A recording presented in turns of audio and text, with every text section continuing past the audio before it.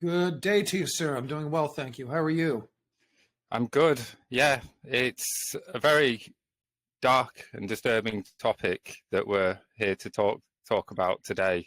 Obviously, this is the third one we've done, and we've covered an Einsatz commando. We've covered an Auschwitz trial, but Belzec, just the word Belzec. What connotations when you hear that word? What does that make you think? Just that word, as somebody that's researched this killing center and the perpetrators and the trial in great depth, I just find the word Belzec just personally fills me with chills me to my core, and it's just got very sickening connotations to it. Yeah, I guess if you were a psychiatrist playing a word association game, you probably could tell a lot about the psychological makeup of your Anna Lazande. What does Belzec mean to you? Yeah, for me, it's the black hole of the Holocaust.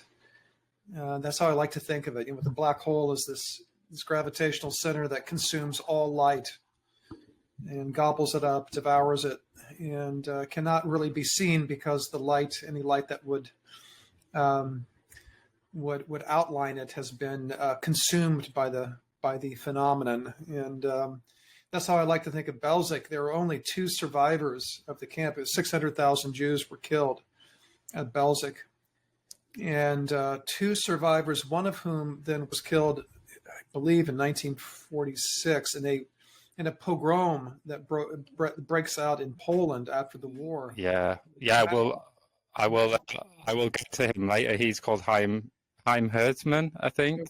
Yeah. So 2 people that live to tell the tale. There may have been other escapees in terms of fleeing, being able to jump from the transportation trains and stuff like that, but only 2 people that were ever able to give testimony from the actual camp, and Hirschman was not even available to do that after 1946. He was killed in this pogrom. So it comes down to a single survivor by the 1960s when this West German case is convened, and as it turns out, even the sole surviving witness, Rudolf Rader, just wasn't that helpful in terms of convicting the former guards and the former staff of the Belzec death camp. So Belzec, for me, just getting back to your original question, is synonymous with Nazi genocide. When I think of Nazi genocide, the first thing I think of is Belzec. I think many people probably would think of Auschwitz and the iconic tower, and with the rail spur leading through the gate into Auschwitz-Birkenau. But for me, it's Belzec. And of course, we don't even really have an iconic image of the camp because the camp was destroyed by the Nazis along with other Operation Reinhard camps, the Sobibor and Treblinka. Of course, Kelmna was destroyed as well as a part of that effort to try to get rid of any trace of the death camps. Before the end of course, the Reinhard camps, the Operation Reinhard camps, claimed more victims than Auschwitz, significantly more. And Belzec was that prototype camp in that genocidal trioca of Belzec, Sobibor, Treblinka. Belzec was for Globocnik and Wirth, who we're going to talk about soon. It was trial and error. It was experimenting with killing methods and fine-tuning them. Static killing sites and which gas to use, and also Wirth's procedures as well. The procedures of the victims arriving and what to do when they arrive and how to get them there. It's all quite a complex procedure that was fine-tuned to be, especially with Belzec, and if you think about the lack of survivors, incredibly effective in murdering innocent people. And basically no cost as well. So you've got to erect the camp. There's some cost in there, but you're using slave labor and you're using materials that you've robbed from elsewhere. And obviously you've occupied a country as well, so you're bleeding that of its wealth. So you can afford to do these it was basically a drop in the ocean to construct Belzec. And then they finally land on using an engine instead of compressed carbon monoxide in cylinders. So just turning a Soviet tank engine on is essentially cost-free. And then you've got the staff would probably be the biggest cost that was being incurred, and you've only got about 30 SS, would you say, at any one time working in any one of these extermination centers? Yeah, 20 to 30. Typically, the core of the German staff was 20 to 30. Of course, they had the so-called Hilfswillige, the Hiwis, these Ukrainian guards from Travniki who came in to do a lot of the dirty work in the camp for the SS. They could number as many as 80 to 90, depending on the camp and depending on the time. So really the core of the SS in the death camp was between 20 and 30. Yeah. And these would be, if you think about the amount of resources that are going in, the minimal amount of resources that are going in, they're going to be very lucrative. Aside from the murder, they're going to be very lucrative things, because you're bringing, like Belzec, somewhere in the region of 500,000 people there with the possessions that they have on their person. And people have been told, okay, you're going for a work assignment somewhere in the east. You've got 10 minutes, an hour, whatever it was, to pack your bags. What are people going to take? Even the poorest people will have had something of value. You know, this is before the kind of banking systems that we all use today. So someone might have had a diamond somewhere. You might have had a little bit of cash that you were saving away just in case you ever needed it. So everybody is essentially taking their most valuable items with them to this place. And even clothes, we know that they packaged up, the Reinhard camps meticulously packaged up clothes. Every kind of item that you could imagine was packaged up and sent back to the Reich and this was, it seems like that wouldn't be really very lucrative at all. But when you're thinking about the thousands and thousands of people and all these personal items, and then you're thinking about their valuables as well, the wealth that was able to be extracted from these people was actually quite astounding as well. No doubt. Yeah, you find that pattern at Chelmno too, by the way.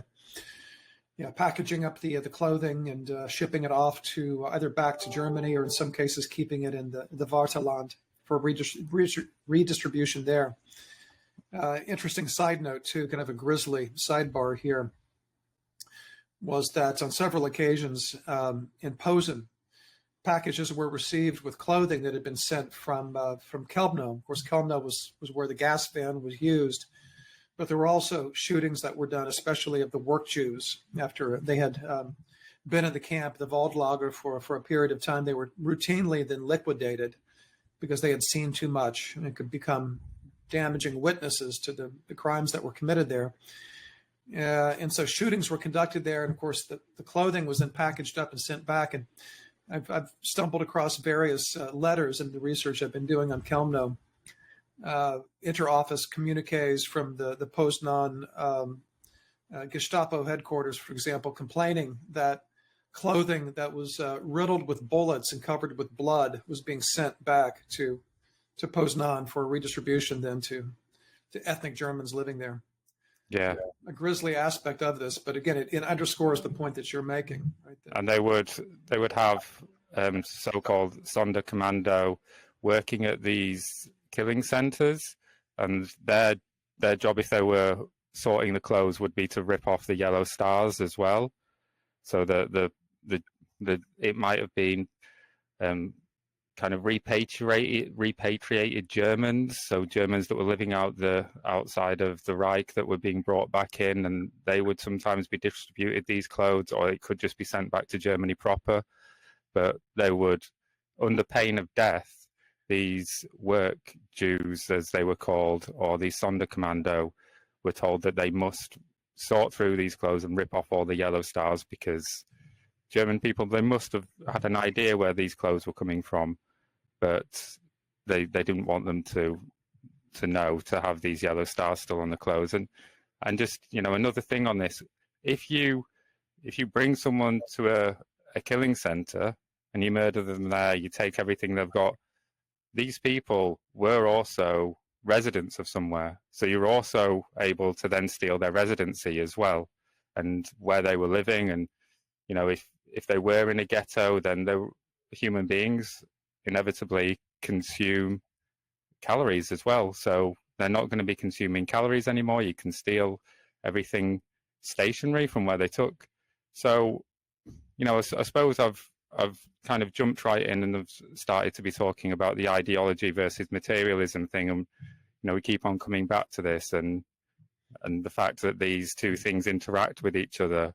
But I think we would be foolish to think that this was all based on irrational hatred, because you can see the real rational benefits.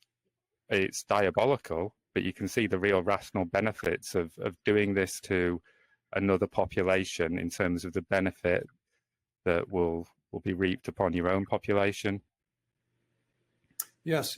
And of course, I think in the last podcast, we talked a little bit about this interaction of material conditions with ideological sorts of ideas that many of the killers brought with them from Nazi ideology in particular into the killing process. And one of the points I think we tried to underscore is that these are not mutually exclusive things, right? I mean, oftentimes the ideology interacted with and perhaps even potentiated, kind of provided a source of power for these material aspirations, whether it's the seizure of land, whether it's the seizure of wealth and natural resources, or what have you. But yeah, I think it's important to try to keep these two aspects of perpetration separate, but understand the way in which they synergize with each other. Yeah, where they feed into each other, where they bleed into each other. And this is, we're talking at the macro scale, but this could also be applied to those individual perpetrators that are staffing these camps as well. And I thought it was interesting when I asked you, okay, Belzec, that word, what connotations come from that for you? And you mentioned this black hole. And I've always like associated Belzec with the color black for some reason as well. Just this like cavernous abyss of suffering and death. This just truly appalling place.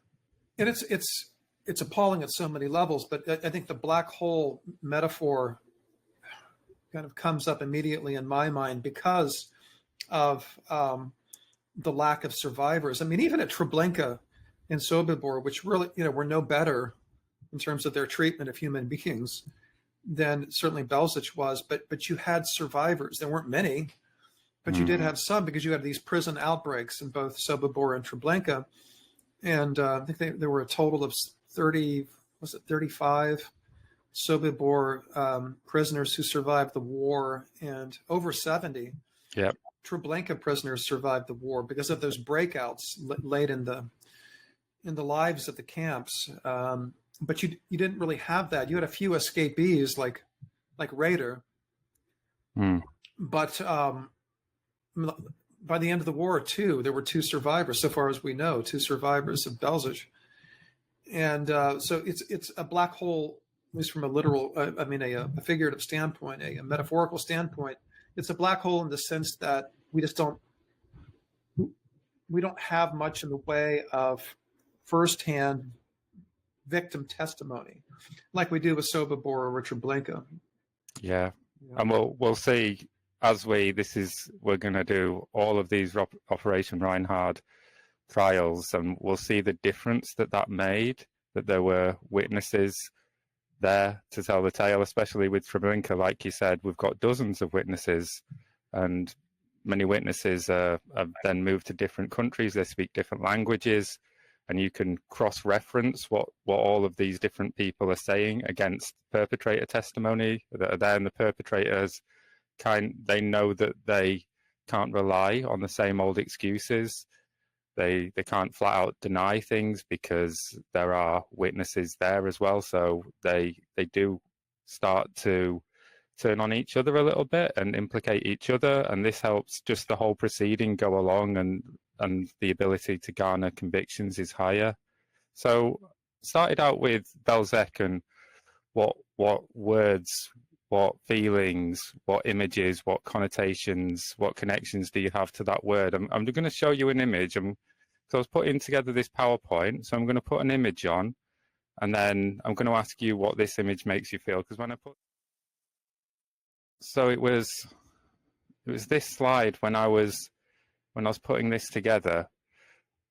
I ended up, I just sat there for a bit and I just looked at it. To have them both there together, it really does kind of hit me in the back of my throat and just cause a kind of reaction to these two gentlemen. Like one of them on their own is bad enough, but just to look at them and to spend a little bit of time knowing who these people are and what they've done and their personalities and the crimes that they committed. So for people that are just listening to this on the audio podcast, we're looking at Globocnik and Wirth both on one slide. And so Michael, what kind like I was referring to a kind of visceral reaction that I have when I see those two gentlemen, knowing what they've done, because for me, when I see them, I think of masses of women and children being packed into gas chambers. I think of decomposing bodies. I think of the soil splitting because of the decomposition of these corpses and them having to be dug out and then cremated. I think of Wirth, and I think about his brutalization of victims and the callousness and the cruelty with which he acted. I think about Globocnik and his attempts to think that what he was doing was honorable when he was doing the most disgusting and cowardly action or behavior that a man can ever do, and he thinks he's this kind of honorable soldier. He was promoted to Gruppenführer during the war, and just like really I just feel a strong feeling of like revulsion, but also kind of anger when I look at those two people. What about you? Yeah, I mean, obviously the anger, the emotional aspect of it is always there. I think it's probably true for everybody who does research in this field.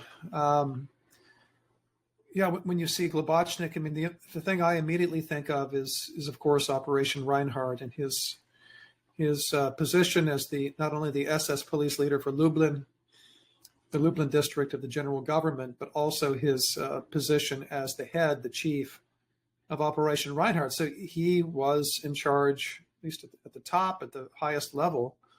He was in charge of Belzec, Sobibor, and Treblinka, administering those 3 death camps. Of course, each one of those camps had its own commandant and its own command structure, but Globus was over the top of it. They called him Globus, Globus. That was like Himmler's term of endearment to him. Just like a little bit of background to Globocnik. He was an Austrian Nazi, wasn't he? And he was very helpful to the German Nazis in the lead up to the Anschluss. And he was arrested. The Nazi Party was illegal in Austria in the beginning of the 1930s, and he was arrested multiple times for conspiring with the Nazis conspiring the downfall of the Austrian government. So he was arrested loads of times and he built himself up a bit of a name. And then he was rewarded straight away after the Anschluss, I think, and he was made Gauleiter of Vienna. Yeah. And then he was removed from that position. Globocnik, he had a background, I think, in engineering, I think, which is relevant when you think about the creation of these static killing centers.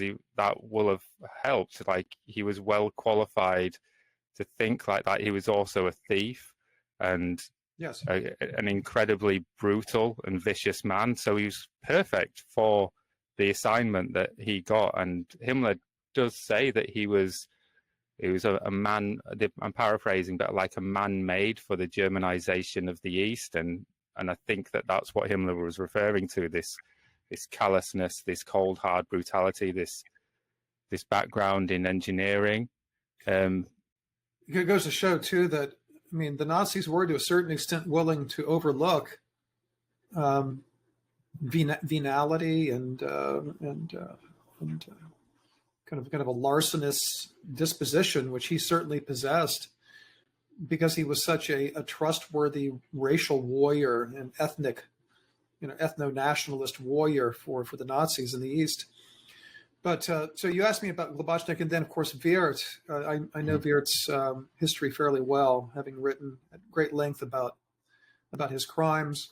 I think of Wirth as being one of the most important figures, really, in the Final Solution, and relatively few people even know of his existence. I think almost everybody has heard of Adolf Eichmann, right? But in terms of just the practical application of Nazi doctrine, including the doctrine of the elimination of so-called inferior races, I mean, is there a more important figure? I mean, Himmler certainly, but after Himmler, I'm not sure there's a more important figure in the hands-on, implementation of these ideas than Christian Wirth. It's W-I-R-T-H. We'd say in English, of course, it's Wirth or Wirth. Sometimes people pronounce it Wirth, but in German it's Wirth. And the W is pronounced like a V, and I-R-T-H, Wirth. I'll refer to him as Wirth. Just a supremely, there's just no other way to put it. He's just an extremely evil man. Yeah. Again, you wonder in this case, Jonny, again, getting back to the spectrum of perpetration from, ordinary men to more, psychotic or sadistic, diabolical kinds of cruelty. And it would be very easy, I think, to position Wirth on the opposite extreme, along with Boger.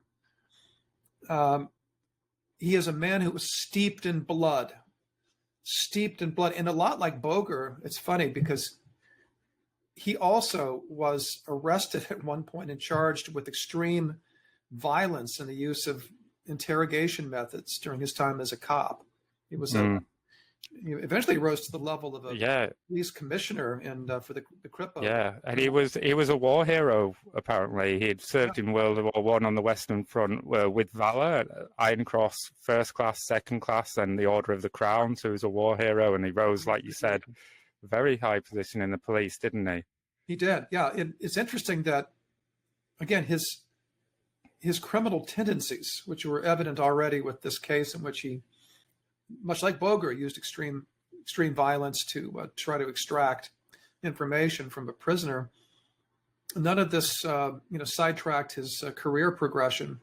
He was still able to rise through the ranks and eventually became the head of all of the death camps, all the Operation Reinhard death camps. But before that, I think it's important that we mention his role in euthanasia as well. Of course, yeah. He was actually the administrative director of Hartheim. I think there was more than one. He was, yeah. I think most of the work that he did was in Hartheim, but he did serve in Bernburg. I know he was there. I've actually got a source that I might read from apparently Dr. August Becker gave some testimony about apparently the first ever gassing, and Wirth was there witnessing that in Bernburg. No, in Brandenburg.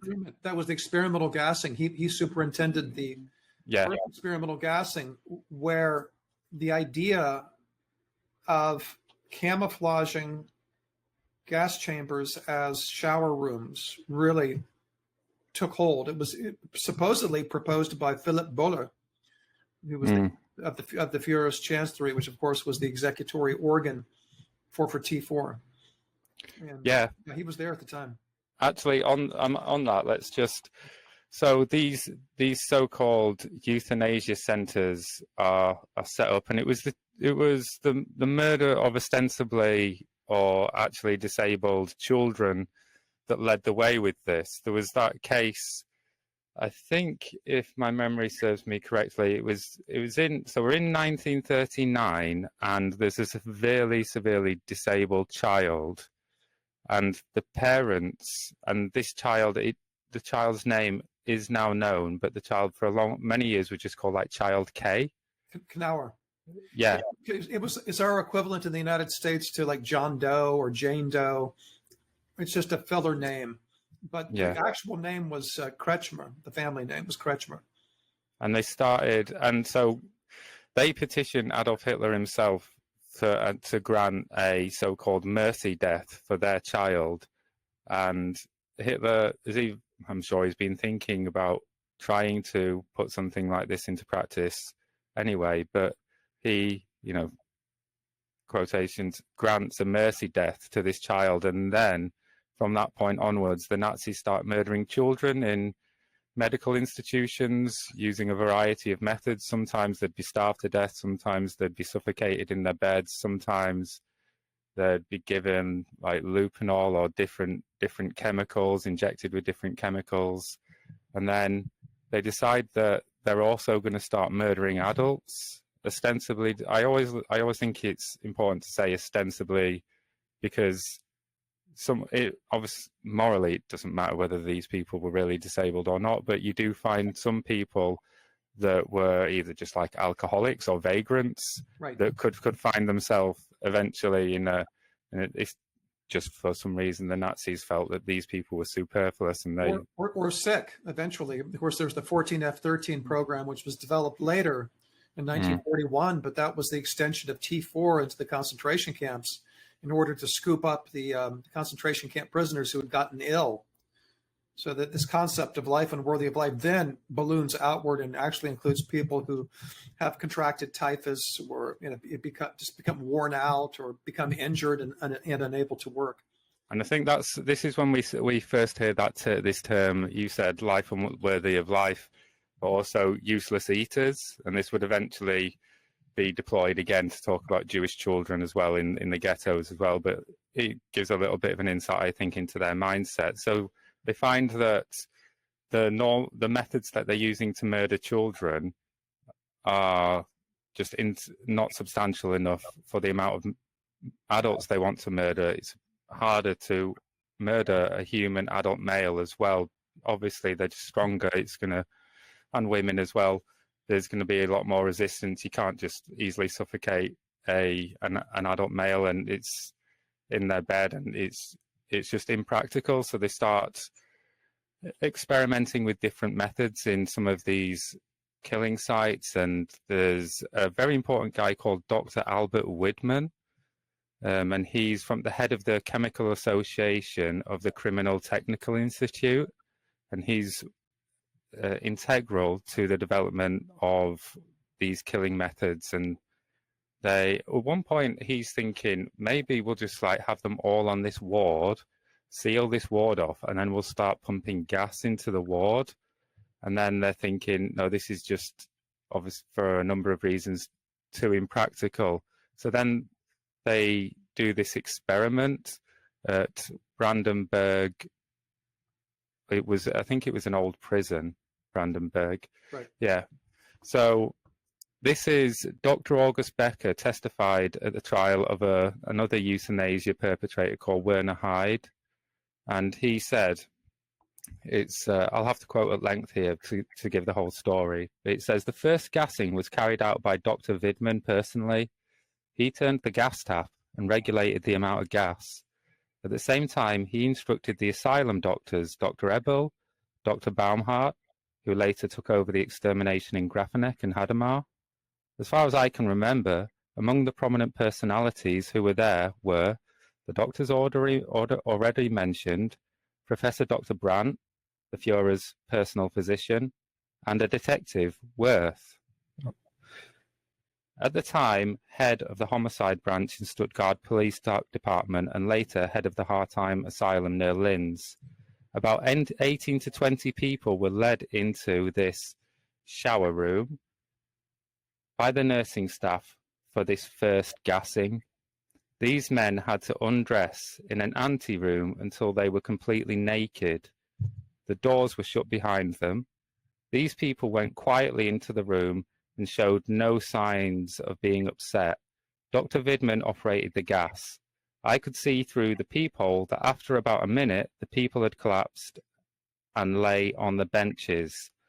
Following this successful test, Brack, who was naturally also present, and whom I forgot to mention, said a few words.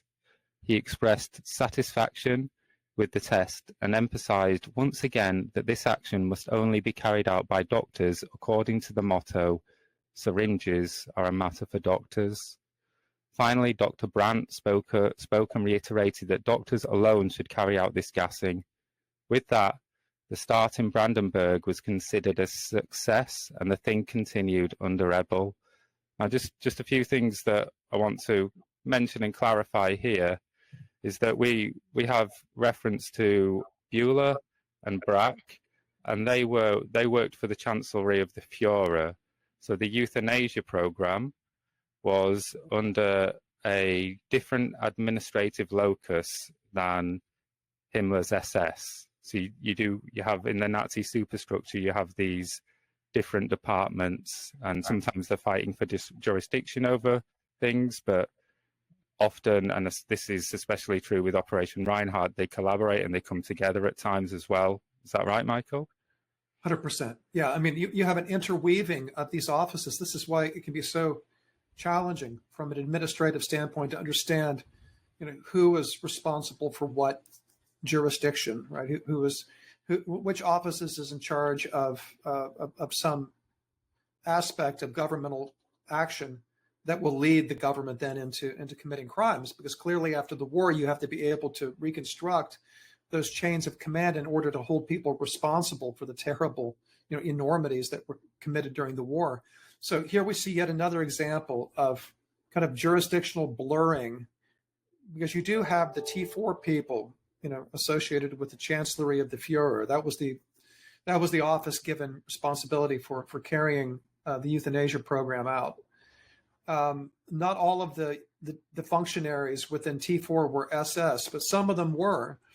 And actually, Himmler, to quote Christopher Browning from his Origins of the Final Solution book, Himmler loaned, essentially transferred some of his SS men to T4 for a period of time in 1939. And they became involved in the mass killing of the mentally handicapped, along with the other non-SS people who worked for T4. And then later, when Operation Reinhard was launched, Himmler recoups those individuals that he had loaned to T4, plus some additional T4 functionaries who were not SS at the time, but once they were sent to the Operation Reinhard camps, they were given, we talked about this last week, they were given nominal membership in the SS, and so they wore the field gray uniform of the SS, and were subject to the jurisdiction of SS courts and so forth. So for all intents and purposes, they were SS, although they weren't the mainline SS. Almost everybody in Operation Reinhard below Globocnik had been in T4. There would be a couple of anonymous examples, but Wirth, Stangl mentions Ebel there, first commandant of Treblinka. Like too many to mention. Basically, all of the perpetrators that we're going to talk about with Belzec, there were 120 of them. So you can see that would be sufficient to man these three camps. There was a substantive detail that I wanted to pick up on there that I read. It said after about a minute, people had collapsed and lay on benches. So it would have definitely taken more than a minute. I could only think that maybe Dr. August Becker is trying to depict this as a more, again, I'm going to use air quotes quite a lot today, but a more humane procedure that would have only taken a minute, whereas people are fighting for their lives for about 20 to 30 minutes at least during these gassings. Is that what you'd say? Yes, that's my recollection too of the processing time. Yeah. So coming to how this all comes together to create this first Operation Reinhard killing center. At the beginning of the war, the general government, so that portion of Poland that the Germans don't incorporate into the Reich and haven't earmarked for Germanization, is essentially used just to deport people into.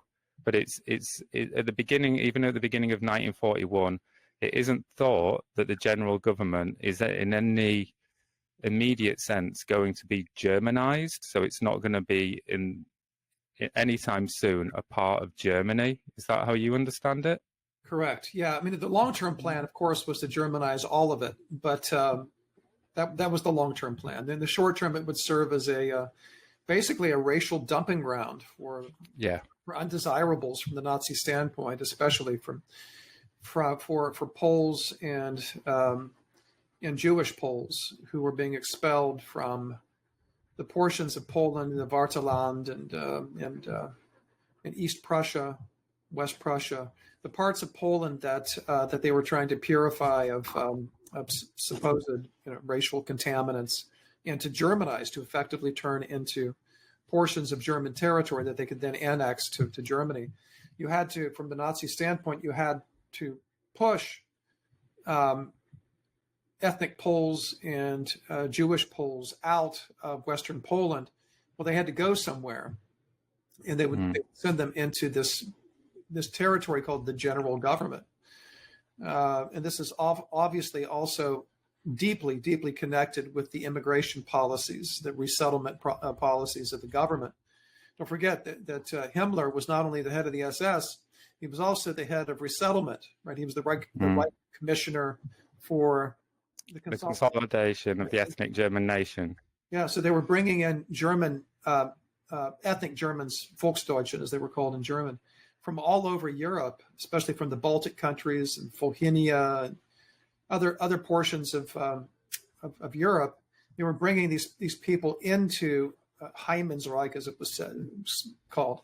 So they were trying to bring them into Western Poland so that they could resettle this area with German settlers.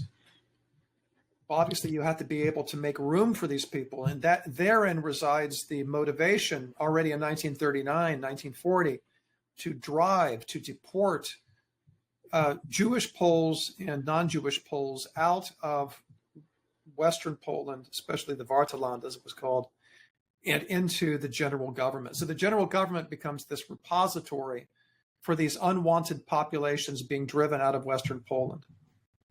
Like the twisted road to Belzec takes a really important turn in March, because we were saying that the general government wasn't going to be a part of Germany anytime soon, and then Hitler seems to change his mind on this. And in March 1941, as a reflection of this, Governor General Frank says that the general government as an expedient structure is now coming to an end. The general government will now be given greater assistance, and in particular will be emptied of its Jewish population. The Poles will also accompany the Jews in their exodus from this area. The Führer is determined to make this region, over the course of the next 15 to 20 years, into an area that is purely German. Now, the issue is, obviously, there are millions of Jews in this area, and they want this to be completely free of Jews. And then during the course of 1941, the war with the Soviet Union doesn't go exactly how the Nazis planned for it to go. So there's a bit of a stalemate. So you can't now take these Jews of the general government and deport them over into the Soviet Union somewhere, because that's still now an active war zone. So you have millions of Jews that you no longer want in this territory. And Globocnik is a key protagonist in Operation Reinhard. And there's a really, I think, telling memorandum that he sends to Himmler on October the 1st, 1941, where he says, Reichsführer, in line with the implementation of your aims regarding the Germanization of the district, I passed on the detailed prepared documents to Obergruppenführer Kruger yesterday. SS Obergruppenführer Kruger wish to present them immediately to you. And now I want to focus on some of the language here is quite telling. He regarded this as urgent in the light of the emergency in which the ethnic Germans in the general government now find themselves. This has taken on such serious proportions that one can easily claim their situation in Polish times was better. Since preparations for concentrating them are now complete, implementation could commence immediately. In this connection, I would also like to point out that by bringing them together in concentrated settlements and by a radical and thorough forced removal of alien ethnic elements here in the Lublin district, we can achieve a substantial political pacification. So I think clearly here it's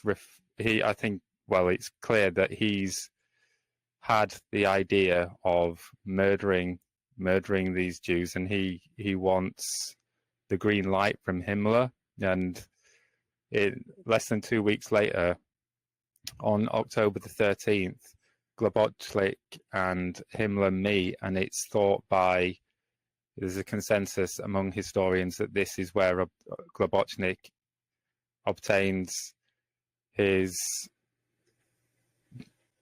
green light to start constructing Belzec, and by the end of the month, Belzec is under construction. So then we have the construction of Belzec. And at first, Belzec is put, and then Wirth then comes into the fray, because Globocnik, who would be the perfect person to head this killing center, and there's going to be no one better than Christian Wirth. That's right. If you think about how qualified he is to do this. Listen, I take Eichmann's testimony really seriously here too, and I don't know what it is among a lot of Holocaust historians. There seems to be a lot of distrust of Eichmann's testimony, both his interview with Willem Sassen and then his testimony in Jerusalem after his arrest. But I think there's a lot of value in it. And he says that he was told in late summer, early fall by Heydrich that Hitler had decided on the final solution, and that he then went to the Lublin district to monitor the activities of Globocnik and his lieutenants to try to implement the final solution in Lublin. And so he said he went to that area after talking to Heydrich, and that he was traveling through Lublin in the fall at the time when the leaves were at the height of their fall foliage. And so that would have been sometime in October, probably the first couple of weeks in October. But he says that Globocnik's adjutant, Hans Höfler, took him out into the middle of nowhere, and they were driving, and eventually they stumble across a site. They get out of the car, they cross the road, and they're greeted by a man wearing the clothing, the uniform of a Kripo, that's a criminal policeman, Kripo official. And we now believe that individual was probably Christian Wirth. So again, we have to read between the lines here a little bit, but I think it fits in terms of the chronology that you're presenting. Yeah, it fits, because if a green light was given by Hitler to Himmler, say in mid to the late-ish September, then that order would have ricocheted outward, right, like a bullet, just kind of going back and forth from one office to the next as this message was communicated. It would have gone certainly to Heydrich and the Reich Security main office. And of course, Eichmann as well as Müller, the Gestapo chief, would have been informed of it. And then Eichmann's time in Lublin in October, where he meets Wirth, who we now believe was probably scouting out the site of the future Belzec death camp. It fits the chronology, right? It fits together. We also know that there were plans in the offing to try to create a death camp in Western Russia. Was that near Mogliev or? In Mogliev, yeah. Yeah. And of course that plan falls through but nonetheless, it certainly seems to be the case that the Nazis were thinking along the lines of creating a death camp, which would also, again, I'm trying to trace a lot of, or connect a lot of dots right now, but it's important to try to do this. Don't forget that Hitler had also ordered that the Reich Jews be deported from the Altreich, the Old Reich, so that's Germany and Austria, as well as the Protectorates, the Czechoslovakia. And he was trying to make Germany more or less Judenrein, to make it free of all Jews. And so the idea was then to push these German Jews toward the east, including into portions of Western Russia, where presumably they would be absorbed along with Polish Jews and Russian Jews. They would be absorbed by these new death camps, which were planned. The idea was to create these institutions, these facilities. And the one that you had mentioned is Mogilev. And the first victims of Belzec were victims that had been in the Lublin ghetto, and they were taken to Belzec, and they were replaced with, like you say, German Jews, but also Slovakian Jews. And Germany had come to a deal, and the Slovakians were actually paying 500 Reichsmark a Jew, right, in principle anyway. Don't forget that so many of those Germans, though, that were sent between October 1941 and February 1942, that were sent to the east, I'm thinking of the ones sent to Riga and to Minsk and to Kaunas. Thousands of these German Jews and Czechoslovakian Jews were shot by the Einsatzgruppen, primarily in November. Several thousand were killed by the end of November. And at least one of those shootings was contrary to orders. Himmler tried to communicate. I think it was Jekon, who was the Einsatzgruppen leader there.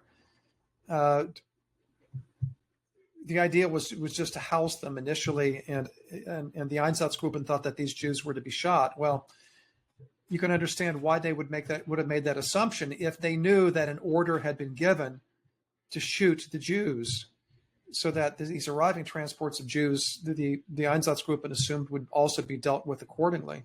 And so there was that mistake that was made in November, where a group of Jews, I think it was the Jews from Berlin, if memory serves, were sent to, can't recall if it was Riga or Minsk, one of the two cities, where they were shot then by the Einsatzgruppen. That was a mistake. They were not supposed to be shot in that way. But clearly an order had been given. There's a reason why the Einsatzgruppen just assumed that, as a matter of course, that these German Jews should be shot, because that was the plan. That was the final solution. They had been deemed to be, unfit for labor, so they had to die. And in this colonial project that the Nazis had unleashed in Europe, this Germanization of the East, these Operation Reinhard camps were going to play a key role in these population policies, because they're going to take away a lot of these unwanted populations, and like we've spoken about already, but they're going to be robbed as well on the way in, and even their corpses are going to be robbed as well. So you get to remove masses of, and you can't just leave people. You can't just say, okay, well, let's just leave them where they are, but just not feed them, because this would, when we're talking about, you can't just starve to death 2 million people in the territory next door. It's just unthinkable. It would cause just the chaos and also the spread of disease as well. So that's right. Yeah. They were very concerned about that. I mean, and for good reason as well. Holy cow! Again, I'm pouring through thousands of pages of documents right now, original primary sources from the offices there in Poznan and in Łódź. It is very clear that is one of their foremost concerns, is the spreading of disease that could infect, obviously, not just Jewish workers in Łódź, the Łódź ghetto, but could also affect Germans living there. Yeah, but the spreading of disease is mitigated hugely if you just take them to one small site, murder them, and then discard of their bodies there. At first, they were just trying to bury them, and then the order was given in 1943 by Himmler to then dig up these corpses and have them cremated. But of course, at the same time as the Germans are doing this, they're still trying to win a war. Yeah. And so the question of labor and extracting as much labor value from as many people as they could became uppermost. So you have this weird, and we've talked, you and I have talked about this, including with Brett. You have this weird sort of situation where the Germans are pursuing conflicting goals. And they're two of the most important goals of the regime, which is the eradication of the Jews on the one hand, but also the winning of the war on the other. And those two goals are in tension with each other. Yeah. Because they want to extract as much labor. I mean, let's not forget, a lot of these Jewish Europeans, Eastern Europeans, are skilled workers. They have skills that can really help the Germans. And in the ghettos as well, there was a conflict between people, and they've since been given name. I think one group of people were exterminationists and one were productionists or productivists. So some people were arguing, listen, let's keep these ghettos going and let's keep them very productive. And then there was another saying, no, let's leave these people to die or have them murdered. And then there was conflict within the Nazi apparatus about what to do to kill these people or to keep them as slaves. And we have that going on all the time, don't we? Always. And really up until the very end of the war, when it's just killing for killing's sake, certainly at Auschwitz, where Auschwitz reaches its peak of destructiveness as the Germans are losing the war. But I think they were throwing in the towel at that point and just lashing out as much as they could against the arch enemy of the Nazis, which were European Jews. Let's start moving towards the trial then, and I've got some pictures that will help us do this. So just start on this other one that we've already seen. So we've been talking about Globocnik and Wirth, and here we have Globocnik. It just can't emphasize how much it just the very image of this man just fills me with just horror and just absolute disgust. Like, just the way, I suppose the way he looks is just the physical manifestation of what he did, all this child murder and all this murder of innocent people. And I was making this PowerPoint the other day when me and my wife were chilling out and she was doing her own thing, and then I just did have a thought when I was looking at this guy, and I'm doing this in my free time, and I did start to think like this isn't even, I'm doing this off my own accord now. So you do have to sometimes think, what on earth am I doing staring at a picture of him while I'm laying in bed? But nevertheless, these on the brain. Yeah, these are the waters that I swim in, where I could just be watching like videos on YouTube or something pleasant, listening to music, maybe having a conversation, spending time with my family. But no, instead I'm staring into the eyes of one of the most disgusting and disgraceful mass murderers of all time. A lot of us who do this work, Johnny, have these thoughts too, right? I mean, I think I mentioned in our first episode that I initially wanted to do something completely unrelated to this, having nothing to do with Nazi crimes, and I sometimes envy people who are experts in Renaissance art, people who study the music of Thelonious Monk or John Coltrane. Yeah, something. Really... Yeah, I know, but once you truly believe that there's something in this that can help us build a better world, then you can't turn away from it. That's exactly right. However, when you're looking at his face, when you could be doing something else much more pleasant, you do question your decisions, your life choices sometimes, especially when it's to this extent. It doesn't get any worse than this. I was thinking, actually, after we've finished our Treblinka podcast, I work in Holocaust education, so I'm not going to get too far from the Holocaust, but I might just take a couple of weeks, because it's this Operation Reinhard, looking at the sources in detail, like we're doing. We're having to go in quite detailed and in quite good depth to be able to comment on this. It's very, very harrowing. So even I thinking maybe I'll take a couple of weeks once we've finished our last podcast on this. And like I said, this is worth what a woof. Like, look at that. Yeah, you say that Globocnik inspires such disgust in you. For me, it's this guy. Yeah. One of the Oh, most evil men I've ever read of. yeah. I completely agree. I always try and try and stay away from the word evil as much as I possibly can, but we sometimes language doesn't is we don't have the language to really express ourselves, and how else can you understand describe this man apart from just pure evil? So Jonny, I think the social sciences and the humanities needs to reclaim the word evil, maybe from theology.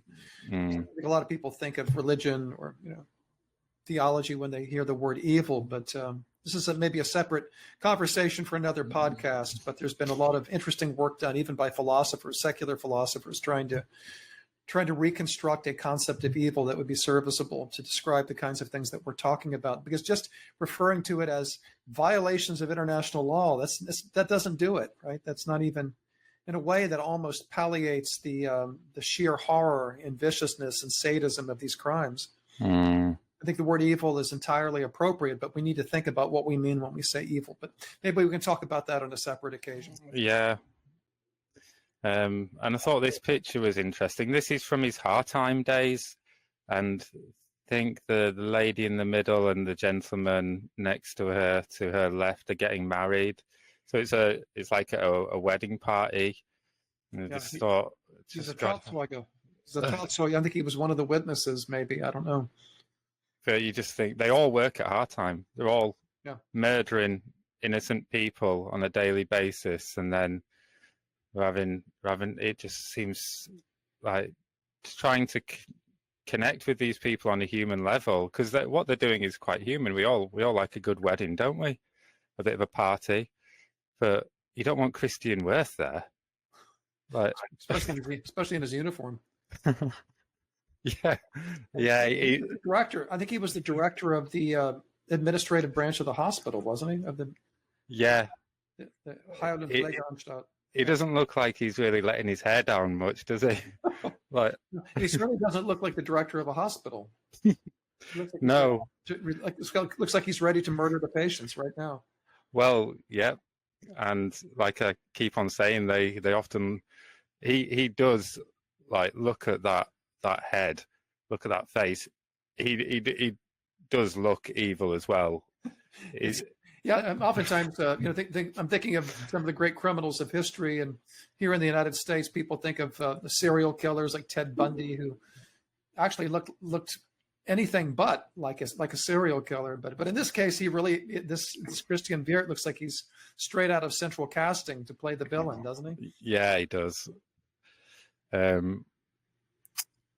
This is a sign. So I just wanted to talk a little bit about the process, and then we'll get into the trial. I mean the process that Wirth. So Wirth was the first commandant of Belzec, and he was brought over by Globocnik for the reasons that we've discussed. And if we're going to use the word evil in this podcast, he's pure evil. So who else would you need to be or want to be the commandant of a killing center where you're going to funnel thousands and thousands of innocent women, children, men into a confined space, gas them like insects or worse than insects, rob them, and then discard of their bodies in the immediate vicinity? Who could stomach this? Well, Wirth could. And he came up with a process. First of all, he said, okay, we're not going to use CO cylinders. We're going to use an engine, so we don't need to outsource it. And that means we're going to cut down on cost, logistical issues, but also it means that we can just be completely self-sufficient with this engine. And this was a sign that was up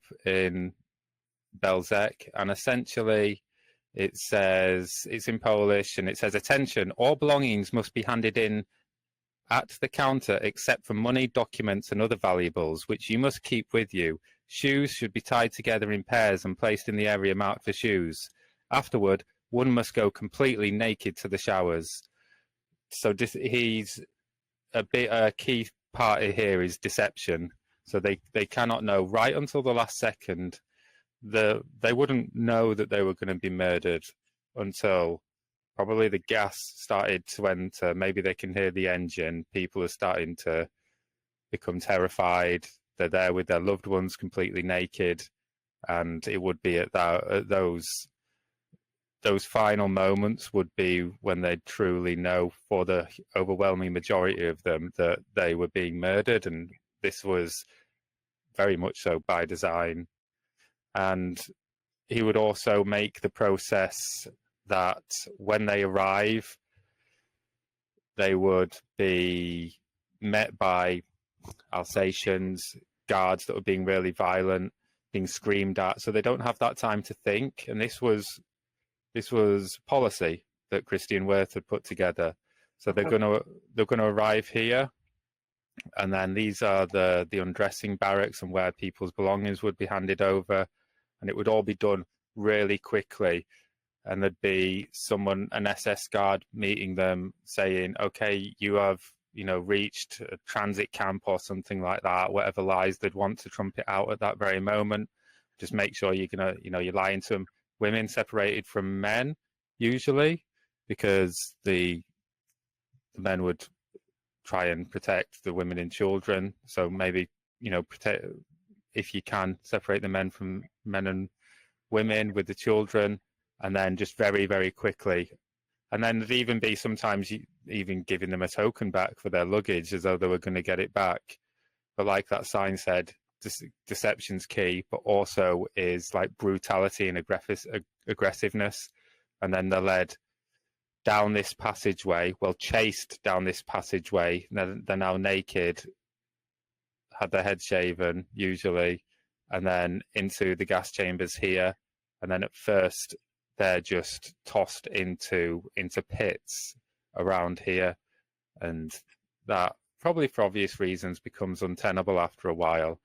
Bodies start to decompose, but also there's that evidence as well, with all these bodies lying around. So that is Belzec, isn't it, Michael? And it's, if you've been to the, have you been to the Operation Reinhard sites before? I have not. Yeah, I've not been to Treblinka, Belzec, or Sobibor. I'd very much like to go. Okay, well, we'll go. Yeah, we'll go one time. We'll make sure it's a bit of a holiday as well. We'll make, and counterbalance, maybe. Like I said, we'll go to a John Coltrane concert. we'll do. Yeah, I've been on a trip to the killing centers and killing sites before, and on a nighttime you do need to relax and let your hair down a little bit, because it's such a heavy experience. So you do need to take care of your own mental well-being. It's important for everybody to understand too, who's listening to our podcast. It's really important that they know that these sites were destroyed, right? I mean, there's very little remains of Belzec. I don't even know if there's the foundations to any of the buildings at this point. I have not been there, so I couldn't say. I don't think so. The Treblinka is gone. Sobibor is gone. Now Chelmno, which was kind of a different animal, very similar, but administratively a little bit different. I'm working with the director on a film on Chelmno right now, so he has been over there, and he tells me that you can still see the foundations of some of the buildings. And so there are landmarks. There was a church where Jews were kept for a period of time before they were then picked up by the gas van and gassed and sent to the forest to be disposed of. And that church is still standing. It was right across the street from the site of the mansion. What was called the mansion. But Auschwitz, of course, is still standing. Majdanek is still standing. And but when it comes to these other camps, there's not much that remains. Yeah. It's also important to understand, and you've already mentioned this, Jonny, but I would underscore the point that these gas chambers were disguised as shower rooms. And so they had not like shower nozzles that weren't connected to a water line, but that were designed to convey the appearance that these were in fact showers. So there was a real level of just treacherous dissimulation and misdirection and misinformation here that was designed to kind of instill in the victims a sense of complacency, a sense that everything was fine, into the last minute, right when the carbon monoxide gas was released into the gas chamber and the people were murdered. And I did a bit of research into one of the reasons that I don't like Death Factory.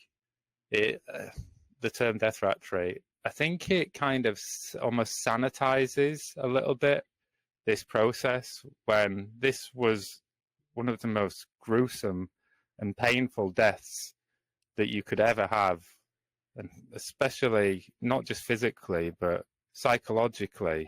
Yeah. Being packed into one of those gas chambers, and 20-30 minutes can seem like a lifetime. And when the oxygen is being removed and the CO is filling, and you're basically gasping, burning, your eyes are burning, it's dirty exhaust fumes. We've all like tasted exhaust fumes a little bit, but dying because you're having that pumped into the room where you are there and you're naked and your children are there, perhaps, which will have happened countless times. Yeah. And you're choking and you're gasping for air. It's the most awful way you could ever kill somebody. Absolutely. And of course, there are other features to this that come readily to mind as emblems of pure sadism. And just the institution of the Jewish commando, the Arbeitsjuden, who so these were typically the more physically fit, typically men. Sometimes there were women, but oftentimes they were men who were spared for a period of time and who were forced to work, doing a lot of the dirty work for the guards and for the commandant of Belzec and the other death camps. Supposedly, Christian Wirth came up with the idea of the Jewish Sonderkommando, and it was, again, there's a fiendish sort of delight that comes out in this history that cannot be explained just in terms of as you said, a death factory, which sounds so sanitary, right? And so arm's length and kind of frigid. But when you consider that the Sonderkommando, the Jewish Sonderkommando, came into existence as a way to inflict yet more pain and suffering on Jews. So the idea that Wirth had was to try to get the Jews to participate in the process of facilitating this mass killing project, and to do so at the point of a gun, of course. But nonetheless, you had Jews, as it was a phrase that I came across in the literature, Jews killing Jews, right? That was Globocnik's, not Globocnik, but Wirth's idea. Wirth's idea, which he evolves in connection with the Operation Reinhard camps. And so you have this level of cruelty. And of course, the work Jews knew that after a period of time, they would be killed too. So they were standing under sentence of death and just waiting for the day when they too would be either shot or forced into the gas chamber and gassed there. So this is not, I agree with you. I think this notion of a factory doesn't, as a metaphor, it just doesn't work. It doesn't. Yeah. It doesn't capture what was going on there. Yeah. So I've landed on killing center, but I also don't like to use the word extermination when we're talking about human beings. Right. It's normally what we talk about insects when we're exterminating things. So I try and stay away from extermination as well. And so in terms of a perpetrator, I think, Michael, one day I would love to do a podcast just on Kurt Gerstein, because in terms of human beings that have ever lived, and fascinating stories, Kurt Gerstein, for me, his story is just amazing, and I'm sure you'll agree with that. And couldn't agree more. I've read his report several times, and we ought to consider at some point maybe doing an episode on the gray zone. This concept of the gray zone that Primo Levi wrote about in his book, wonderful book, The Drowning and the Saved.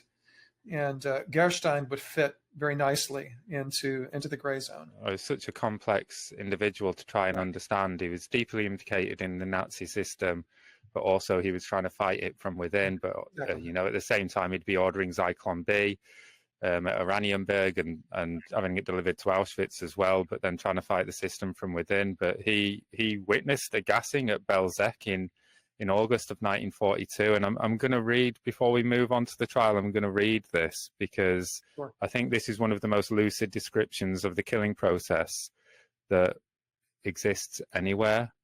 And he says that when the train arrived, many were already dead Having been packed into the train with no room to move or lie down, the survivors were told that they were being sent to the bathhouse to be disinfected.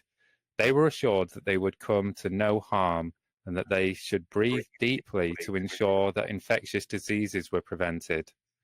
The people were herded naked into the gas chamber. Families all clung together, children holding their parents' hands, husbands pushing protective arms around their wives. The doors were slammed shut and the diesel pumping engine was started. Almost immediately it broke down. The minutes passed while engineers were brought in to mend the faulty engine. From inside the gas chamber, the sound of crying could be heard. Periodically, an SS officer peered through the glass window in the chamber door to see what was happening inside. He reported that they were wailing like they did in the synagogue. This officer seemed to feel no sorry or pity for the wretched souls squashed inside the small chamber. Bodies pressed so tightly together that there was no room to turn or shut or move their weight from one leg to the other. No room for a mother to bend to comfort the small child clinging to her legs. Eventually, after being trapped for more than 2 hours, the diesel engine croaked into life, but it took another 30 minutes of pumping the deadly carbon monoxide into the chamber before everyone inside was dead. And later, Gerstein told a friend that about this gassing, one could tell families, even in death, they were still holding hands, stiffened in death so that it was difficult to tear them apart to clear the chamber for the next load. It's always, I found that quite difficult to read, to be honest with you, Michael, even after all these years. Yeah, it still chills the blood, doesn't it? You never get used to it. Yeah. I would point out too that, just to give us some sense of the numbers of people we're talking about, according to the lone surviving witness to actually appear at the trial in the 1960s, Rudolf Rader, there were 750 Jews who were compacted into one of these gas chambers per gassing. So it's not like just a small handful of people who walked into a shower room. It was 750 people crammed into a gas chamber. Mm. So, and this is an example, just to, in some way, just to try and humanize some of these figures. This is the human element, the humans. All of these people died in Belzec, and this is just a drop in the ocean if we're thinking about somewhere in the region of half a million people were murdered here. And this is according to the Nazis themselves. By the end of 1942, you can see this is the Hoefler telegram, and this was one of Globocnik's deputies, and he was in charge of the office for the Operation Reinhard, another Austrian Nazi. And you can see here the figures. This is Majdanek, and then we've got Belzec here, 434508 by their own numbers. This is just by the end of 1942. Belzec was finally liquidated in June 1943. So they've got it somewhere in the region of 500,000. And there's a consensus amongst historians that we're looking about somewhere between 450,000 to 500,000 victims of Belzec. This is Lorenz Hackenholt. So he wasn't at the trial, Michael, and we're going to get to the trial, but what a ghoulish figure Lorenz Hackenholt. Like this, he truly was, wasn't he? He was. It's words again almost escape me. So he, just to give a little bit of a background on Hackenholt, he served in the army in a battalion called the 12th Engineers Battalion, and he was specialized in mechanics. He was a very, very competent mechanic. So he was a driver, anything to do with automobiles. Hackenholt was your man. So Wirth recruits him in the development of the killing facilities at Belzec. So the very first gas chambers and the the gas chambers themselves, and talk about dark humor, the SS themselves put a sign that said Hackenholt Foundation on it. Hackenholt Stiftung. Yeah, that's right. Yeah. And it's just beggars belief that these people are even the same species as me. They can garner humor from this. That's one of the astounding things, isn't it? Wanted to mention, in connection with this, what this is referred to in the literature is a cold joke, and it's very common apparently within genocides. Genocidal perpetrators will oftentimes use these cold jokes as a way to further dehumanize the people being harmed by trying to frame it in an ironic sort of light. Probably helps them as well. Probably helps them bond as well. Probably, but it's not uncommon. So he was nicknamed Gasmaster. So he would be the one croaking those engines, and apparently he also used to shoot people as well. But he was promoted in 1944 as well for his services to Operation Reinhard. So you can see this kind of people, and this will probably be relevant later when we touch upon Oberhauser. This kind of people that got promotions were the most brutal and most cold-hearted killers, were the people that got the promotions in Operation Reinhard. And he worked at Belzec as a guard and in this role of overseeing the gassing process. And then in 1945, when the game is up, Hackenholt is seen by some of the other perpetrators, like Eric Bauer, who worked in Sobibor. Hackenholt, and I find this really nightmarish as well, he's seen fleeing by himself in a milk wagon. And I just thought, isn't that the scene out of a horror film, that the gas master is fleeing in like a milk wagon? And I have a section of my book, Eyewitness to Genocide, that is devoted to this. I called it the Nazi ghost hunt, because it is, for years the authorities were trying to trace this guy, to try to find him, because he was declared legally dead, I think, in the 50s, wasn't he? I can't remember the exact date. But 51, I think his wife had him, declared. He was declared legally dead, but these reports continued to surface of people who saw him. Yeah. And my hunch is that he was able somehow to submerge and to change his identity.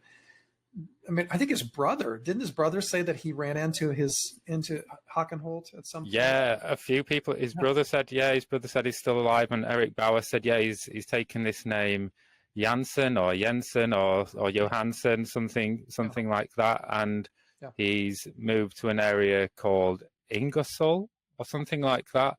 But the authorities, and you point this out in your book, quite impressive.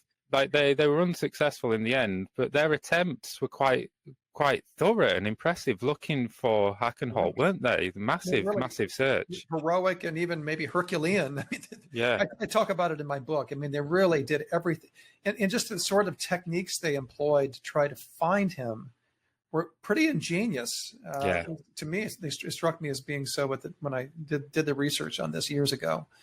But again, and it gets to the issue of I think the good faith nature of this investigation by the central office in Ludwigsburg.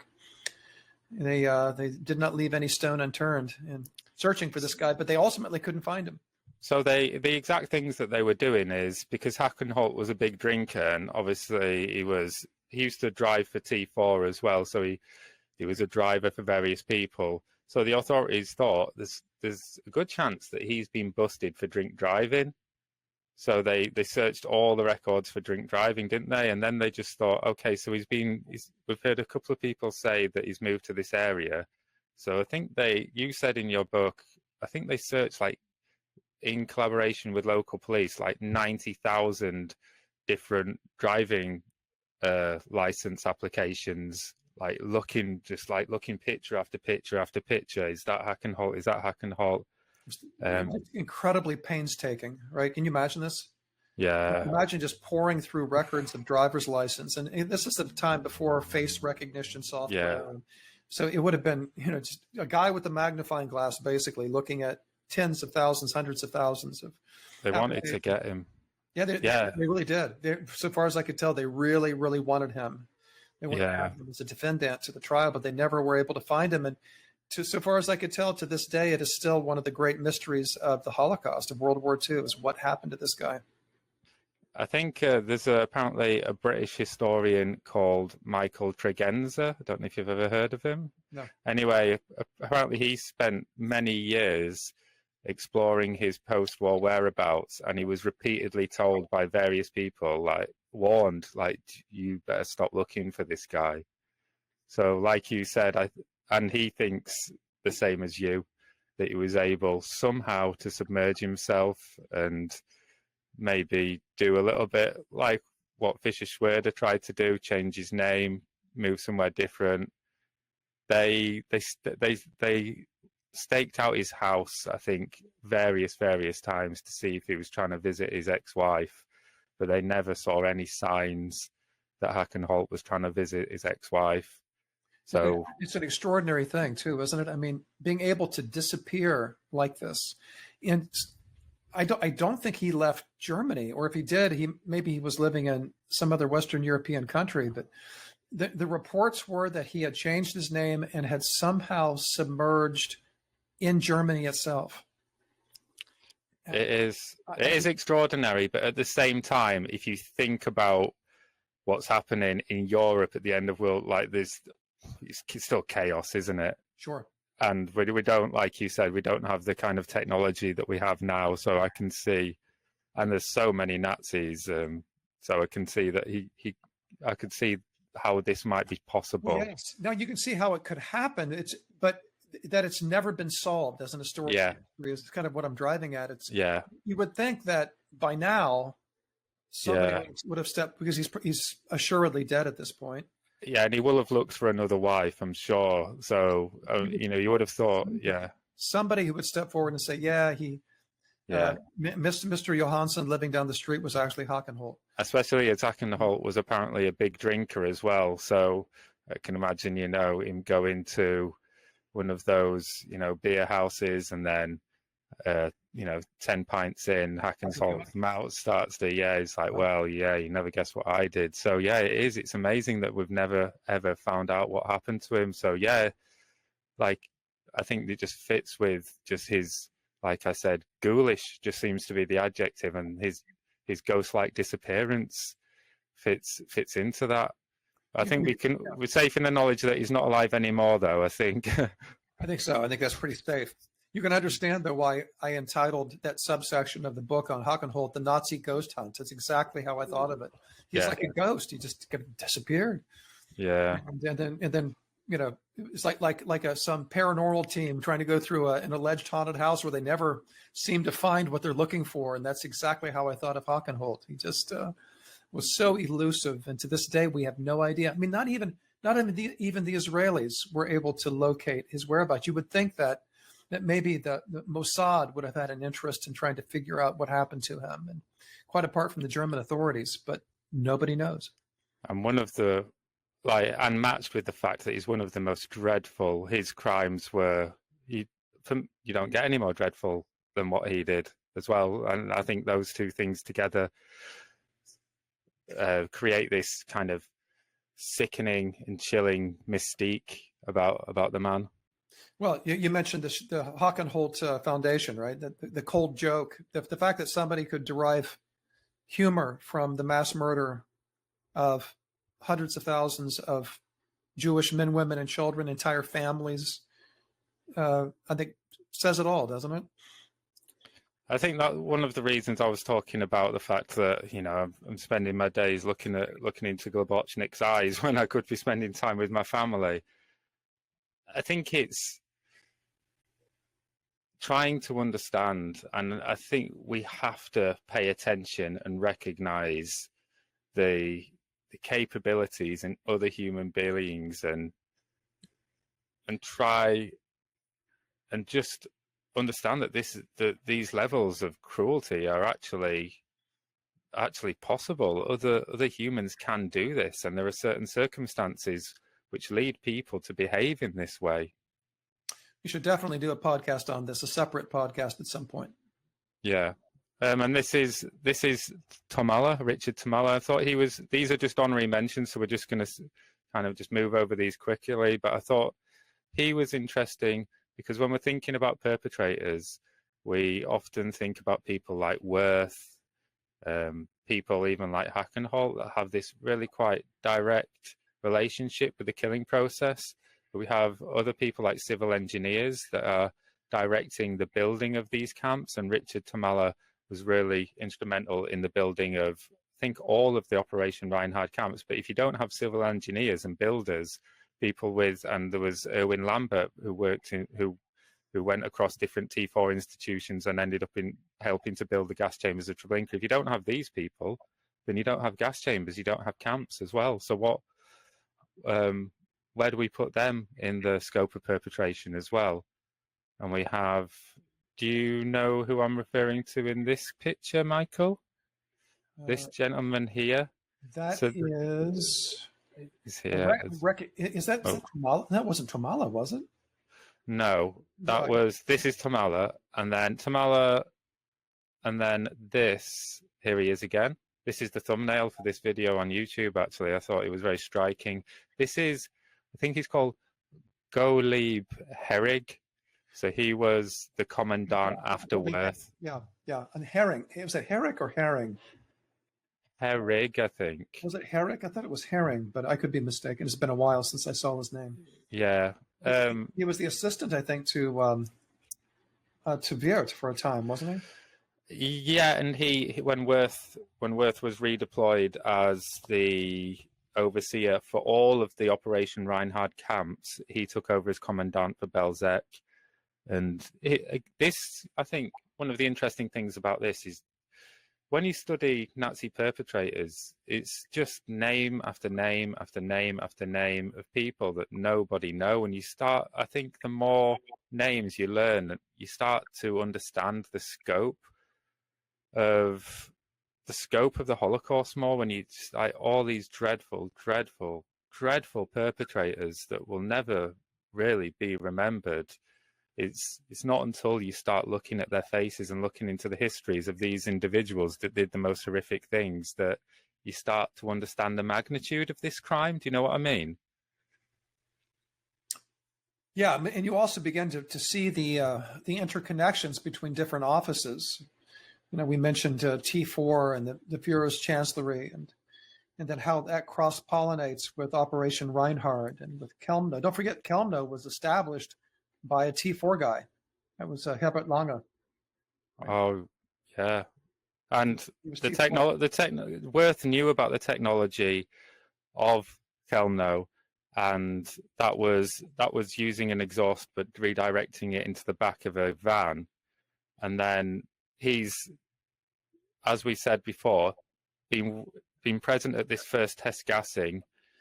So and that was using compressed CO in cylinders. So he's seen these different methods and he's put them together at Belzec, and that's where all these pieces of the jigsaw come together. And very much this guy, like you said, he is called Gottlieb Herring.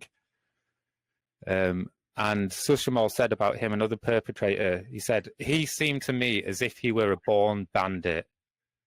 Once the gassing engine stopped working, when he was informed, he arrived astride a horse, ordered the engine to be repaired, and did not allow the people in the gas chamber to be removed. He let them strangle and die slowly for a few hours more. As this happened, he yelled and shook with rage. You wouldn't have thought that the quote that I just read really would match this quite ordinary looking gentleman just having a beer with one of his mates, I suppose, is what that's what that picture is. And then you see from that quote that this guy was, like so many others, a complete and utter monster. And then we get towards the trial itself.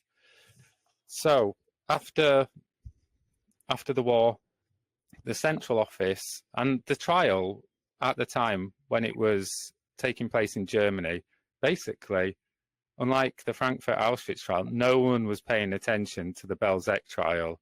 There was a lot going on. The Frankfurt Auschwitz trial was happening at the same time. So there wasn't a great interest in this at the time. And I think about 8 perpetrators, Michael, right, were tracked. Yeah, that's right. 8. And Yeah. this is Don't forget that Kelmna was going on at the same time. I mean, there's this birth wow. cases. I think Auschwitz tended to overshadow these other cases.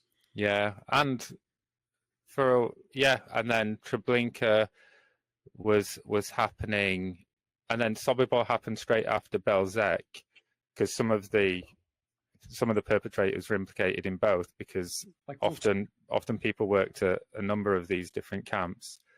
But for Belzec, we have Eric Fuchs here as well, and you looked into him a little bit, didn't you? I did. So tell us a little bit about Eric Fuchs. Absolutely. So again, here's the link with T4. He was a T4 functionary, and ultimately became involved in gassing as a gassing technician. His pre-World War II service is, fairly minimal. He doesn't really fit the category of somebody who would have been a hardcore Nazi. He was a motor mechanic from Berlin. He actually joined the NSDAP in May of 1933. So, I mean, not terribly late, but again, not an early joiner of the party. Certainly the Nazis that were already in power at that point. Hitler was appointed chancellor in January. So a few months later, he joins. Maybe that was for opportunistic reasons. I really don't know.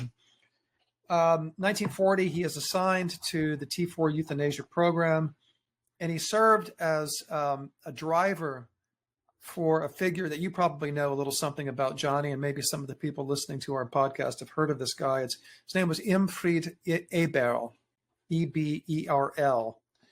Imfried Eberl, who was a T4 doctor, a euthanasia guy, in other words. And Fuchs was his driver. Just to add a little fact about Eberl, he is known as the physician who is responsible for more murders than any other physician in the history of humanity. Because he was Well, he was the medical director of Brandenburg and Bernburg both, before he eventually becomes the commandant of Treblinka a little bit later. Yeah. But Fuchs was his driver. And then let's fast forward then to 1942. The Wannsee Conference takes place. And then at this point, Fuchs is transferred to Belzec. Belzec is now coming into being. It had been under construction for some time and is ready to open for its deadly business then by the spring of 1942. His task at Belzec was to install the gassing apparatus. He testified at his trial that he installed dummy shower heads in the gas chambers. We talked about this earlier. These are kind of camouflage devices that really serve no function other than to persuade the victims that this is in fact a shower room, when in reality it was a gas chamber. So he installed the dummy shower heads in the gas chambers, not connected to any water line, purely for the purpose of camouflage. In April of 1942, he's then transferred to Sobibor. He is the one who picks up a 200 horsepower Soviet engine from the city of Lvov, which then is used, of course, to generate carbon monoxide to gas Jews at Sobibor. He was present when a test was carried out involving the murders of 30 to 40 Jewish women who were gassed in the camp before it really kicked into gear. And he not only, picked up the diesel motor engine and helped install it, but he also operated the gas chambers. So he was intimately involved in administering this mass killing program at Sobibor. He was actually promoted to sergeant, Scharführer, SS Scharführer, and then sent to Treblinka under the command of guess who? Of Eberl, right? Imfried Eberl, his old wow. So he met up with his old boss again. Boss, yep. And so he installs then a generator to electrify the barracks at Treblinka. So this is a pretty handy guy, right? Mm. transports arrived daily during his time at Treblinka. By the end of 1942, he was then sent back to Bernburg. So he circles back into T4 at the end of 1942. And then from December 42 to February of 1943, he was stationed at another T4 center. It was called Wiesloch Psychiatric Hospital, where patients were indeed gassed, and he was present at the gassing of these patients. Wow, so they were still gassing people in T4 right up into 1944? You know, I was not aware of this. I actually came across this when I was looking into some of the, kind of brushing up on some of the facts for our podcast. Yeah. I was not even aware that they were gassing people at Wiesloch. That came as a surprise to me. Maybe they just had one of those tiny gas chambers that's about the size of a bathroom, and they were using other methods as well. It could, of course. I mean, when I think of the post-August 1941 cessation of the T4, it really went into a phase where they were administering overdoses of narcotics instead of the gassing operations. When it became decentralized. Right, after the cessation by Hitler in August. Yeah. But it was interesting to see that there was at least, some gassing operations still being conducted, and they were not just being conducted at Hadamar or Bamberg or Brandenburg, some of the mainline T4 killing centers, but even at Wiesloch, which was supposed to be a transit center, there was some killing. I bet many. Yeah, if you're in Germany listening to this, I bet your local hospital could well have been used as a site of the murder during the T4, because it was huge. Or you hear all these random places that you've never would have thought of before. There's hundreds of them, including for hospitals that are still operating. I've visited a couple of them, and they'll have memorials. They'll have memorials to the to the T4 program in a certain part of the hospital, but the hospital is still a psychiatric institution. Yeah, I bet most of the places used in T4 are still going. There was one in Hessen. I'm trying to recall the name of it now. Was it Eichberg? Eichberg was a place, yeah. Was that where Menica was located? Eichberg? I thought it was wherever Menica was. Years and years ago. I didn't actually visit the hospital, but I was on a hiking tour, and we were in this beautiful section, and our guide pointed to this building. It was off in the distance and said, "That's Eichberg, where patients were murdered during the T4 program." Yeah.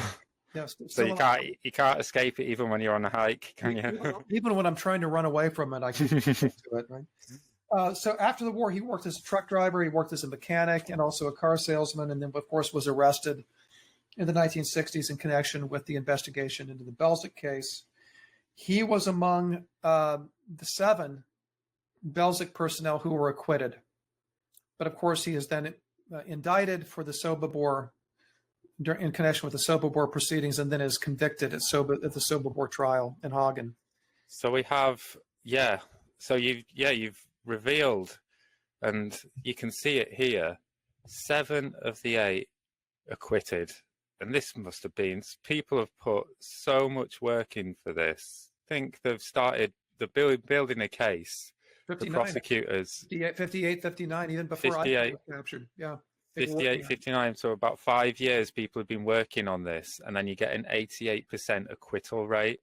Brutal. And we were talking about Wirth earlier, the epitome of evil, and they leveraged this at the trials, lots of these perpetrators, because they were saying, listen, would you want to go and tell Wirth that you don't want to do this? He would have killed us. So they're trying to leverage that. But that's essentially, you can see here, acquittal on grounds of acting under duress. They were saying, if we'd have said no, our lives would have been in danger. So we were doing this under pain of death, essentially, which I thought it was quite interesting that when I was reading the judgments from court, that the courts were saying this cannot be adequately refuted.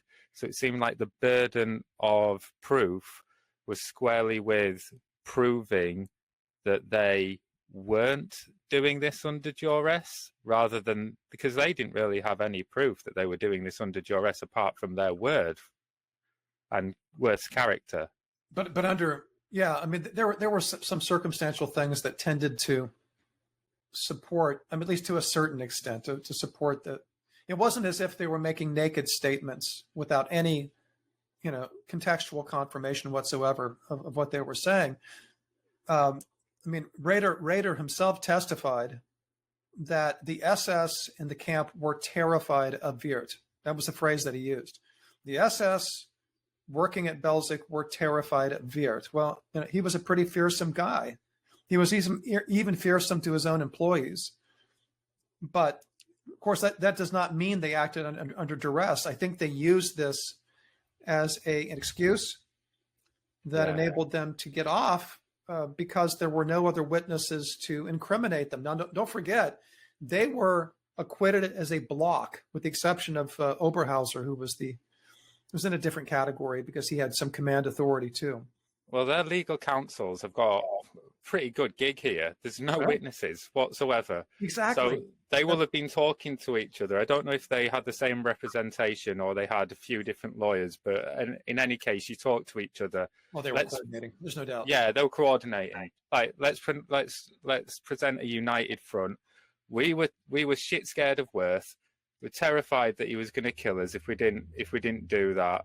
We're acting under duress. It's really the only defense that they've got anyway, so they're going to take that. But it's really lean into that and say how terrified you were, and perhaps also say that you found the murder of people utterly disgraceful and repugnant, and you were morally against the whole thing, but that you were absolutely terrified. And as legal professionals, they know their stuff.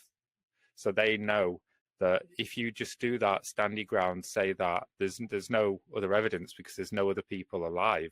Exactly. Yeah. And they were able to present a united front because they coordinated their testimony. So that they didn't dime each other out. They raised the defendants now raised two defenses. One of them was they did not realize that what they were doing was illegal. That defense was rejected by the court. Mm. It was the court just assumed, number one, that the program was patently illegal, and that any semi-rational person must have understood that. So that defense goes by the board. But the duress defense is raised. It's clear that Wirth, and also Herring, don't forget, Herring was almost as bad as Wirth, according to the testimony not only of the guards but of Rader and other people. There weren't many of the victims who survived, but there was a record of Herring's brutality. So they were able to show that Wirth and Herring were rough customers, and that the men may have had a reason to fear for their lives. And just to add a little bit of context here, Wirth was killed by partisans in 1944, I think, so he can't speak for himself. And Herring died in the waiting room. He fell ill in 1945 whilst under investigation and died of mysterious causes in the waiting room of a hospital somewhere. So these two guys are no longer around anymore. So that even makes it even. I tell you, talk about mysteries of the Holocaust. We were talking about Hackenholt before, right? And his disappearance. What about the work of Wirth and his commando, who were joined then by the Chelmno commando, the one that superintended the murders of people with gas vans? They were all sent to Yugoslavia, and this is where Wirth, of course, is killed by partisans. At least that he's believed to have been killed by partisans. But there's also evidence that they were creating, or in the midst of creating, another death camp in a rice mill called San Saba. Yeah, Riviera San Saba, is it? I think. Yeah, because most of them went to Trieste. With Globocnik, which is fascinating, and nobody really talks about this. And I wonder if there's any documentation about what they were doing there. But it's just fascinating. These people that have murdered 1.7 million people have now all collected somewhere, and they're trying to create basically another killing center, because that's what they know. Take a look, and I would urge our listeners to take a look. Maybe Google. Yeah, it's Riviera San Saba. I think it was in Istria, was it not?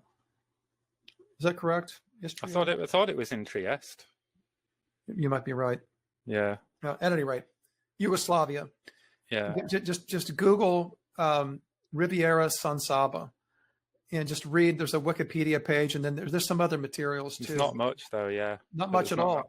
But really, it's sort of a tantalizing historical mystery. It looks like they were trying at one point to create some sort of an extermination center at San Saba in this rice mill, what had been a rice mill. But of course, they lost the war, so they had to retreat. Yeah. Well, I wouldn't. One thing's for sure, I wouldn't put it past them. No. So Oberhauser then. So to finish on Oberhauser, I think the mistake that he made, he must have been looking at his defense counsel and thinking, what? Why have all them been acquitted and you haven't been able to get me out of this? But I think the mistake that he made, because he was actually arrested for he went to the Soviet zone and he was arrested by the Soviets and he spent 8 years in jail for his role in T4. They didn't know at that time about Belzec or that he'd played this kind of role of adjutant to Wirth. So he was higher up than these guys. But also at first, he just, instead of just saying, yeah, I was there, I was Wirth's adjutant, he completely denied being at Belzec altogether. And then the weight of evidence was presented to him. So he said, okay, yeah, I was there, but I've already been in jail for this anyway, in the Soviet Union. So if he'd have started by saying, I was at Belzec, I was like the others, I was shit scared of Wirth under pain of death. I used to live basically in the same house as Wirth. I was terrified for myself. If he'd have gone in with that from the very beginning, I think that we might be seeing an 8th acquittal, but it's because he lied at the beginning like this and kind of tied himself in knots. Possibly, but there was also evidence that really refuted his defense, right? I mean, the evidence was that he received that commendation as being among the most meritorious of all of the Operation Reinhard functionaries. Yeah, well, he was promoted to SS Untersturmführer. Yes, very rare. How rare is this sort of promotion from a non-com to an officer's position? Yeah, you really had to prove yourself, and it was believed that on the strength of Globocnik and Wirth's recommendation, he was promoted. Yeah, so and he said that he'd asked Wirth before this promotion. He said that he'd said to Wirth on 2 different occasions, I want out, and Wirth had said, no, no way are you getting out. And then he gets promoted. It's like, come on, anybody that knows, you don't have to be an expert in the Nazi system or the SS to know that if somebody is asking for an out twice, they are not going to be promoted from non-commissioned to officer rank. And that was the Landgericht's point, the judge's point. They said that somebody who had expressed condemnation of or even a lack of comfort with what was going on in the death camps would not have been promoted. So yeah, let me. I think I've got something actually to. So they say the camp commander Wirth was a fanatical national socialist and ruthless superior who tolerated no contradiction and demanded unconditional compliance with the given orders from his subordinates. In view of his personality, it's hardly conceivable that he would have tolerated in his immediate vicinity a man who abhorred the extermination measures, repeatedly sought a transfer or release from the tasks assigned to him, and only reluctantly carried out the activity assigned to him. This is just completely true, isn't it? Completely. And don't forget, it's not just the promotion. It's also this commendation that he receives, identifying him as among the very best, most committed members of the Sonderkommando. And none of this squares at all with his claim that he did everything in his power to avoid and shirk his duties as an assistant to Wirth. I mean, the court simply drew the logical conclusion that his defense was wrong. It was false. But still, 4.5 years, because they took into account that he'd already served some years in the Soviet Union, but 4.5 years. So you've got 8 defendants, and out of all of them, you get 4.5 prison years, and then probably no surprise to people that know how these things work. He's out in 2, I think. Don't forget that this case was appealed. The prosecutor took it all the way up on appeal. And I can't recall whether it was an Oberlandesgericht, kind of a appellate level decision, or maybe it was a Supreme Court verdict. I can't recall off the top of my head, but it was a higher court that eventually upheld the acquittals and said that the Landgericht Munich correctly applied the law, and there was nothing objectionable in what they did. Have you seen Oberhauser in Claude Lanzmann's Shower? Yes, he was working as he was in the kitchen, I think, wasn't he? Yeah. Well, I was doing a bit of research for this, and that came up, and I was like, whoa, he was interviewed for Shower. I was like, this is going to be amazing. But I read when I was reading a page about Oberhauser, and it said at the bottom he was interviewed, and I thought it said willingly for, or he was on camera or whatever, willingly for Claude Lanzmann's shower. So I thought that he'd sat down with Lanzmann and like given some sort of interview. But then when I reread the page, it said unwillingly. So he goes into where Oberhauser is, and Oberhauser's like pouring beers, and like Oberhauser, he wants none of this whatsoever, because he asks Oberhauser like how many liters he's selling a day, and like it's really awkward because the cameras are there, and after a bit Oberhauser replies like, oh, about 450 liters a day, and then Lanzmann says, do you remember Belzec? And Oberhauser's he ain't interested in doing this. What's in it for him?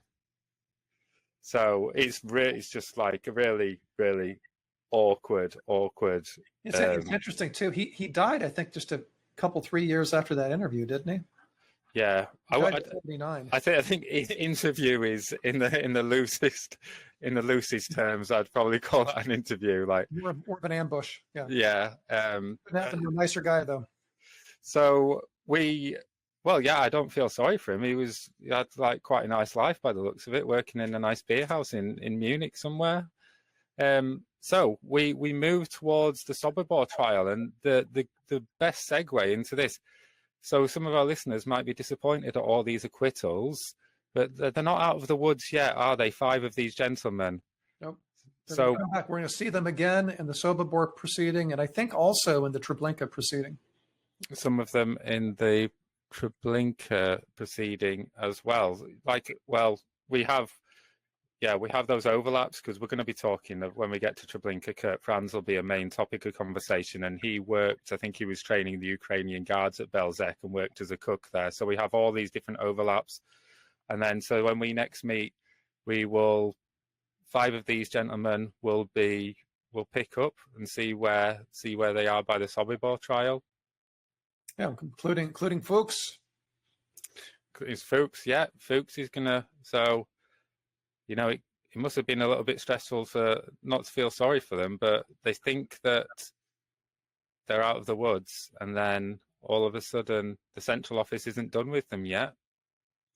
Yes, and again, hopefully this, not just our podcast today, but the whole series of podcasts that we are doing, can convey to listeners that there were many Germans, working for the central office who were very dedicated to this, and who were not looking for ways to exonerate Nazis, and we're simply trying to sweep things under the rug. That was not the case. I mean, these are so far as I could tell in my research, these are good faith efforts to really enforce the law and to hold these Nazis accountable for what they did. Yeah, I'd love to know more about the people at the central office, like their names, and like what I'd love to know what they were doing on this day when the acquittals, how they felt, and what they were saying to each other, like as this all came in, and they were, they worked 5 years on this case. And there's a guy that I followed closely called Kurt Świderski, because I used his investigations as the foundation for my paper on Treblinka, and God, such admiration for him, but there's nothing online about him. So, if anybody out there is listening to this and knows more about these people, please let us know, because I think they're incredibly inspiring people. Yeah, I couldn't agree more. And I think someday there's going to be a really, really good book written about the contributions of these people to holding at least some of the Nazi offenders accountable decades after the fact for what they had done in the camps. Yeah, and maybe it will be us that write it as well, Michael. You never know. You never know. Okay. Right, I'll see you in a couple of weeks for the Sobibor trial then. Sounds great. Let's move forward with it. See ya. Take care.